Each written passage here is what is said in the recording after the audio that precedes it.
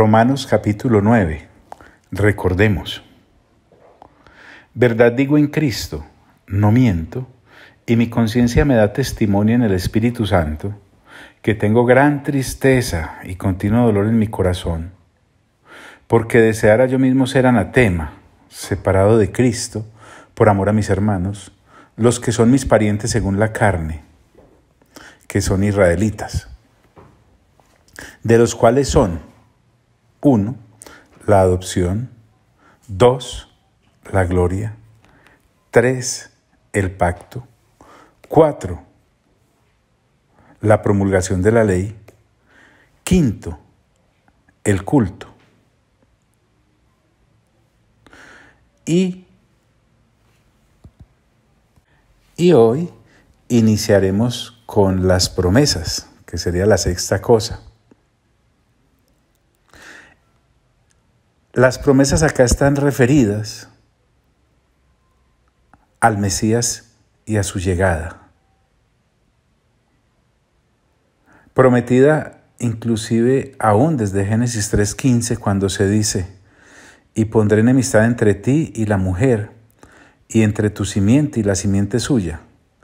Esta te herirá en la cabeza, y tú le herirás en el calcañar.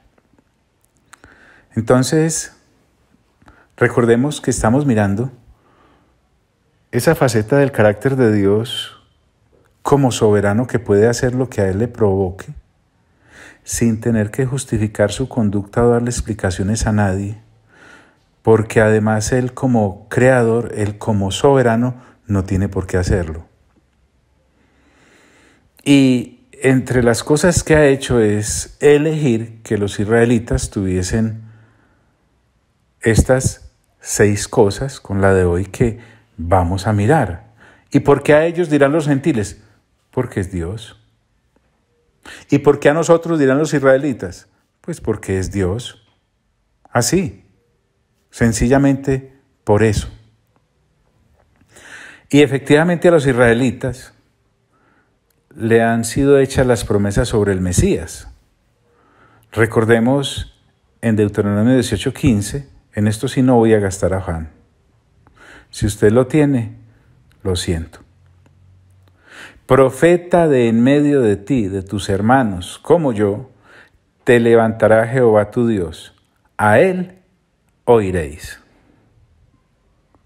Inicialmente tiene cumplimiento con Josué, pero obviamente se estaba refiriendo al Mesías en su llegada, en la primera, porque recordemos que con respecto al Cristo tenemos que hablar de 2, la primera y la segunda. La primera ya efectuada hace 2000 años, la segunda por cumplirse, pero que de todas formas, al igual que la primera, se cumplirá.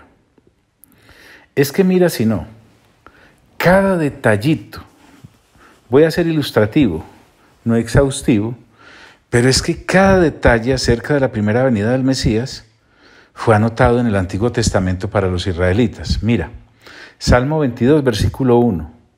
Dios mío, ¿por qué me has desamparado? ¿No te recuerdan las palabras del Señor Jesús en la cruz del Calvario? ¿Por qué estás tan lejos de mi salvación y de las palabras de mi clamor? Pues bien, se refería al Mesías desde el Salmo. También en el Salmo 22, en varios de sus versículos. A propósito, recuerda que estoy usando la traducción en lenguaje actual. Varios de los versículos de ese Salmo, del 22. A ver usted qué le recuerda esto. En cambio yo, más que hombre, parezco un gusano. Soy la burla de hombres y mujeres. Todo el mundo me desprecia. Todos los que me ven se ríen de mí y en son de burla tuercen la boca y mueven la cabeza. Hasta dicen, ya que éste confió en Dios, que venga Dios a salvarlo. Ya que Dios tanto lo quiere, que venga Él mismo a librarlo. El mismo Salmo dice, me rodean mis enemigos, parecen toros bravos de Basán. Me he quedado sin fuerzas, estoy totalmente deshecho, mi corazón se ha quedado como cera derretida. tengo reseca la garganta. ¿Recuerdan ese tengo sed? Y pegada la lengua al paladar. Me dejaste tirado en el suelo como si yo estuviera muerto. Hasta puedo verme los huesos. Mis enemigos me vigilan sin cesar. Hicieron un sorteo para ver quién se quedaba con mi ropa. Sí, te estoy leyendo el Salmo 22, asómbrate. Entonces, en este asunto de las promesas, se está refiriendo a la promesa del Mesías, del Cristo, para su pueblo. En el Salmo 41, versículo 9 al 10, dice: aún el hombre de mi paz, en quien yo confiaba, el que de mi pan comía, alzó contra mí el calcañar. Mas tú, Jehová, ten misericordia de mí, y hazme levantar, y les daré el pago. La misma traición que en Cristo se cumplió cuando Judas le entregó, estaba anunciada. La relación poco cordial que sus hermanos tenían con él. Salmo 69, 8. Extraño he sido para mis hermanos y desconocido para los hijos de mi madre. Usted lo puede mirar en Juan capítulo 7. En Isaías 7:14, miren detalles como estos. Por eso el Señor mismo les dará una señal. La Virgen concebirá y dará a luz un hijo y lo llamará Emmanuel. Sí, ya estaba anunciado. Mejor dicho, cuando el ángel Gabriel fue allá donde la Virgen María, estaba cumpliendo un rol, un libreto estaba desarrollando. En Isaías 40, del 3 al 5, una voz proclama: preparen en el desierto un camino para el Señor, enderecen en la estepa un sendero para nuestro Dios, que se levanten todos los valles y se allanen todos los montes y colinas, que el terreno escabroso se nivele y se alicen las quebradas. Entonces se revelará la gloria del Señor y la verá toda la humanidad. El Señor mismo lo ha dicho. Me he trasladado a la Nueva Versión Internacional. Más acerca de las promesas sobre el Mesías hechas al pueblo de Israel. En Isaías 50, del 6 al 7. No quité mi espalda a los que me golpeaban, ni escondí mis mejillas de los que me arrancaban la barba, ni me cubrí la cara cuando me escupían y se burlaban de mí. Por eso no seré humillado, pues es Dios quien me ayuda. Por eso me mantengo firme como si fuera una roca, y sé que no seré avergonzado. Los vejámenes a los cuales nuestro Señor fue sometido también fueron anunciados. Forman parte de las promesas hechas al pueblo de Israel de que tendrían un Mesías. Claro, todo, completamente todo, anunciado al pueblo de Israel. En Isaías 53 encontramos lo que se llama el Evangelio del Antiguo Testamento. Mire usted, nadie ha creído a nuestro mensaje, nadie ha visto el poder de Dios. El fiel servidor creció como raíz tierna en tierra seca. No había en él belleza ni majestad alguna. Su aspecto no era atractivo ni deseable. Todos lo despreciaban y rechazaban. Fue un hombre que sufrió el dolor y experimentó mucho quebranto o sufrimiento, dice esta versión. Todos evitábamos mirarlo, le despreciamos y no lo tuvimos en cuenta. A pesar de todo esto, Él cargó con nuestras enfermedades y soportó nuestros dolores. Nosotros pensamos que Dios lo había herido y humillado, pero Él fue herido por nuestras rebeliones, fue golpeado por nuestras maldades. Él sufrió en nuestro lugar, y gracias a sus heridas recibimos la paz y fuimos sanados. Todos andábamos perdidos, como suelen andar las ovejas. Cada uno hacía lo que bien le parecía, pero Dios hizo recaer en su fiel servidor el castigo que nosotros merecíamos. Fue maltratado y humillado, pero nunca se quejó. Se quedó completamente callado, como las ovejas cuando les cortan la lana y como el cordero es llevado al matadero, ni siquiera abrió su boca. Cuando lo arrestaron, no lo trataron con justicia. Nadie lo defendió ni se preocupó por él. Y al final, por culpa de nuestros pecados, le quitaron la vida. El fiel servidor de Dios murió entre criminales, ¿te acuerdas? Entre dos ladrones. Y fue enterrado con los malvados, aunque nunca cometió ningún crimen ni jamás engañó a nadie. Dios quiso humillarlo y hacerlo sufrir.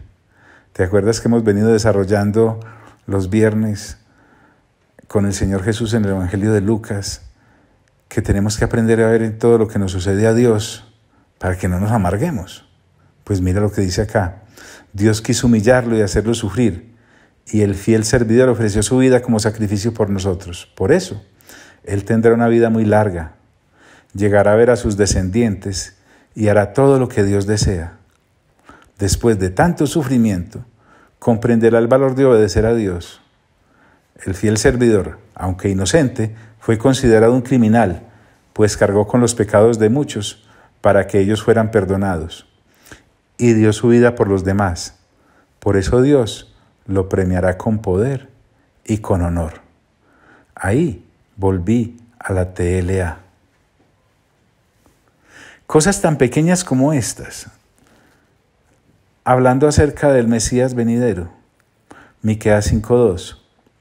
Pero de ti, Belén Efrata, pequeña entre los clanes de Judá, saldrá el que gobernará Israel. Sus orígenes se remontan hasta la antigüedad, hasta tiempos inmemoriales. Zacarías no se queda atrás y nos dice en el capítulo 9, versículo 9, alégrate mucho, hija de Sión, da voces de júbilo, hija de Jerusalén.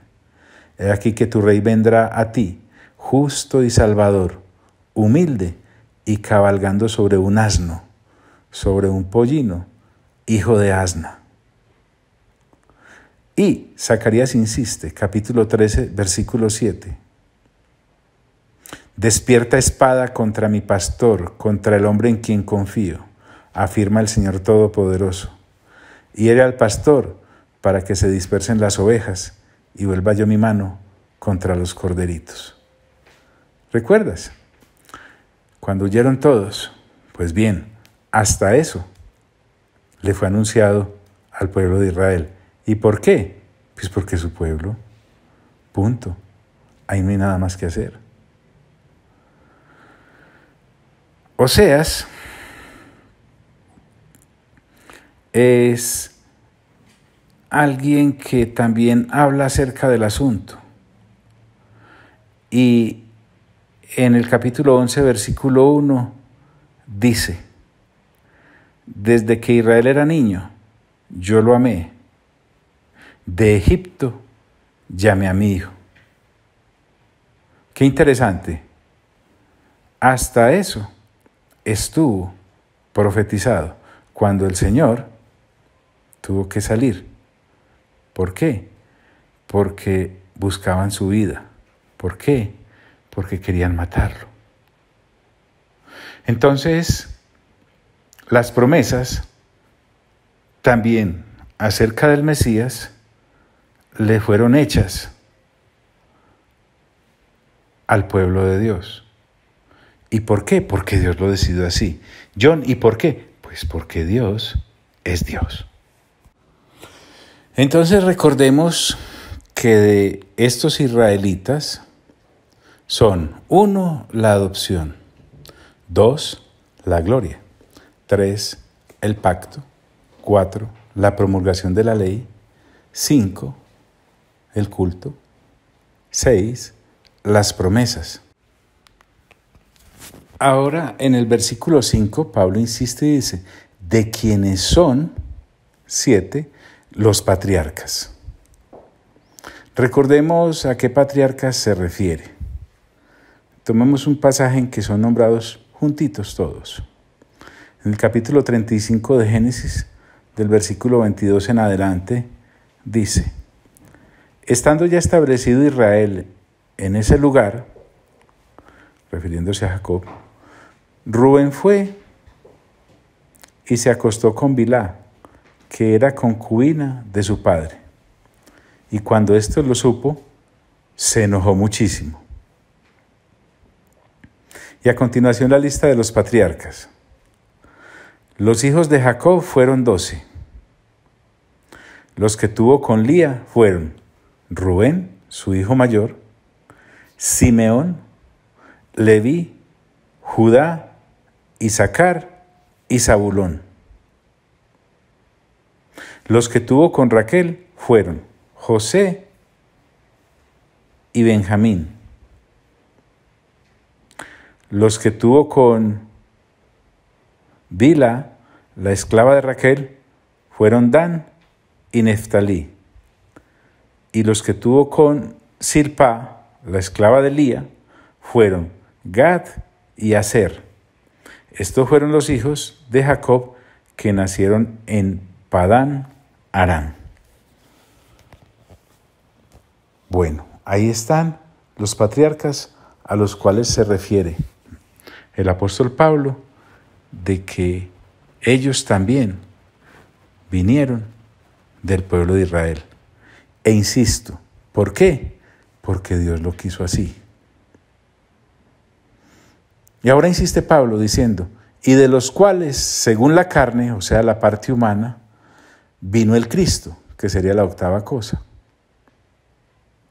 Así es. De esa descendencia de los israelitas en la carne, cuando el Señor se hizo hombre, vino el Cristo. Veamos cositas, sin afanes, créanme, no hay afán. Mateo capítulo 1 dice: esta es una lista de los antepasados de Jesucristo, que fue descendiente de David, obviamente israelita, y de Abraham. Y en el versículo 16 de Mateo capítulo 1 dice: Jacob fue padre de José, el marido de María, y ella fue madre de Jesús, al que llamamos el Mesías. Entonces el Cristo viene en la parte humana de los israelitas. Johnny, ¿por qué no vino de los gentiles? Ay, pero te insisto, porque Dios es Dios y Él en su soberanía hace lo que quiere y le luce. Hay un versículo en Hebreos, en el capítulo 7, versículo 13 y 14, que nos recuerda de qué tribu vino el Señor.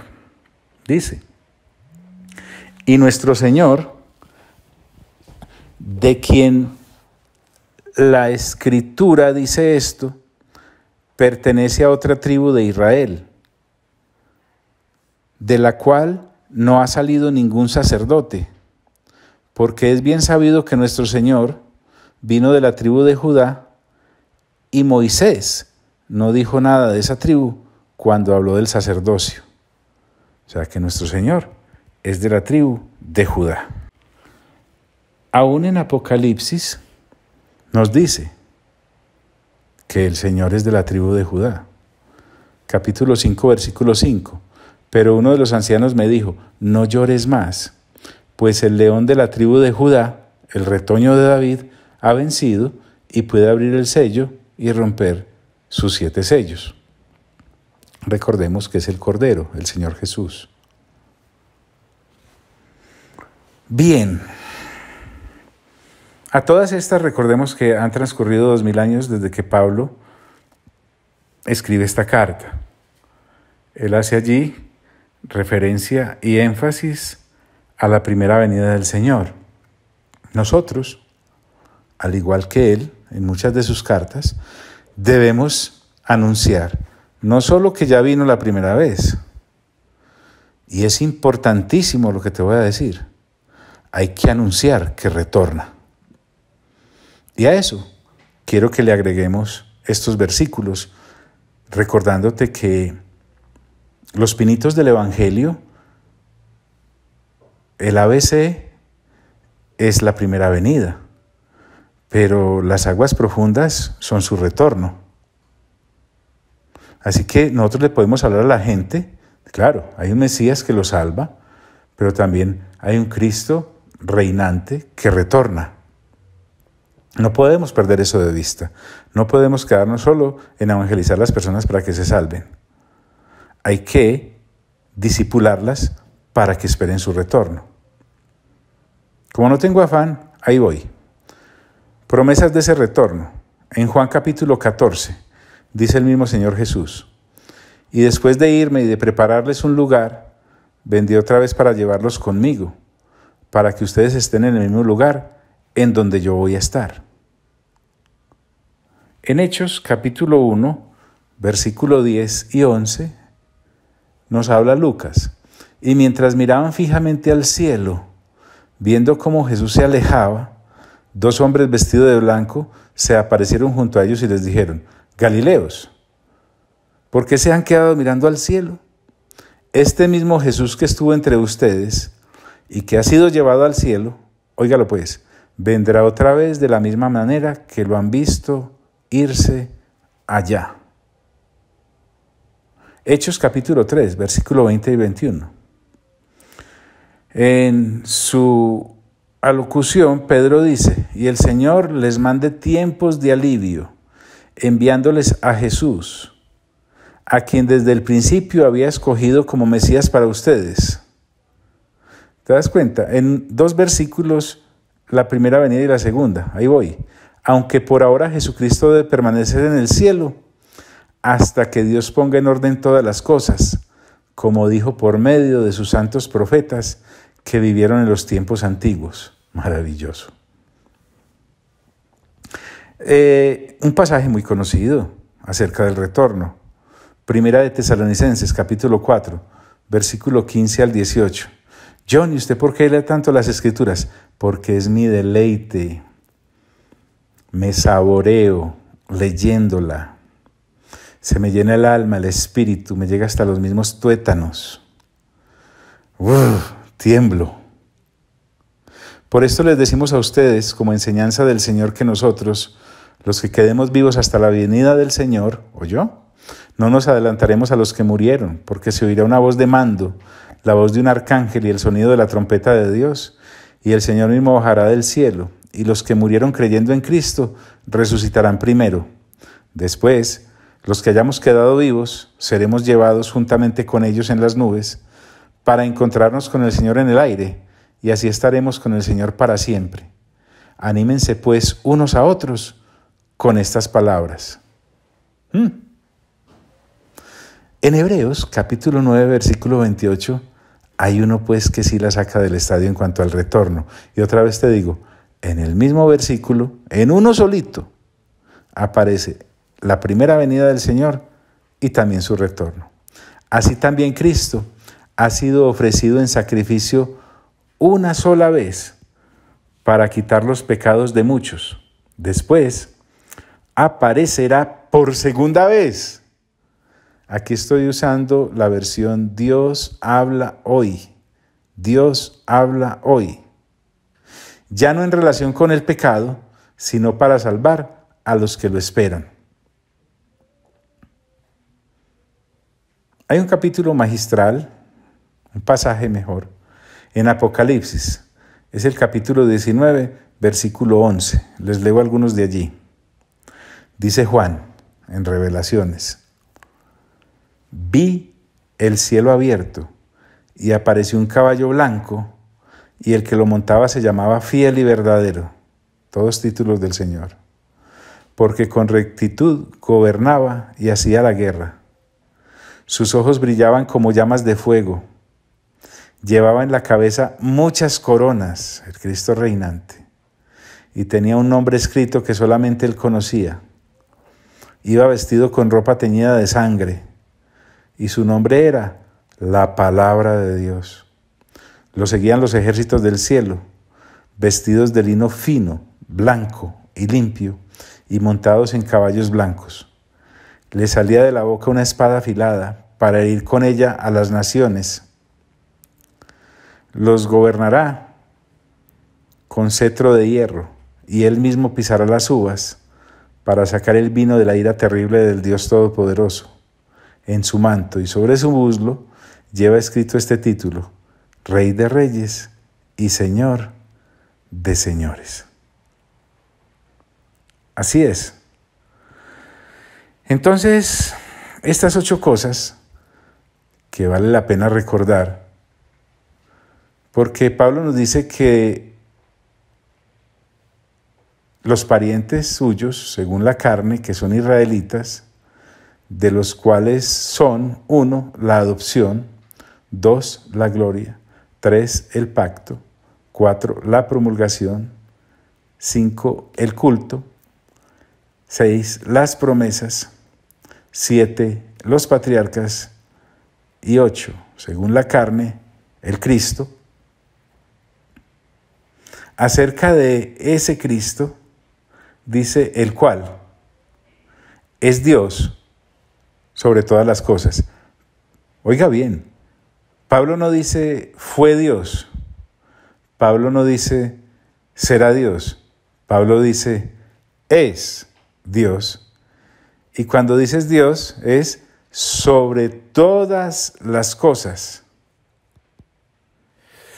¿Qué poder hay en esta afirmación? Pablo insiste en recordarnos que todo, oiga pues, todo está bajo Él. Todo lo creado, obviamente, el cual es Dios sobre todas las cosas. Entonces, sería muy bueno que repasáramos este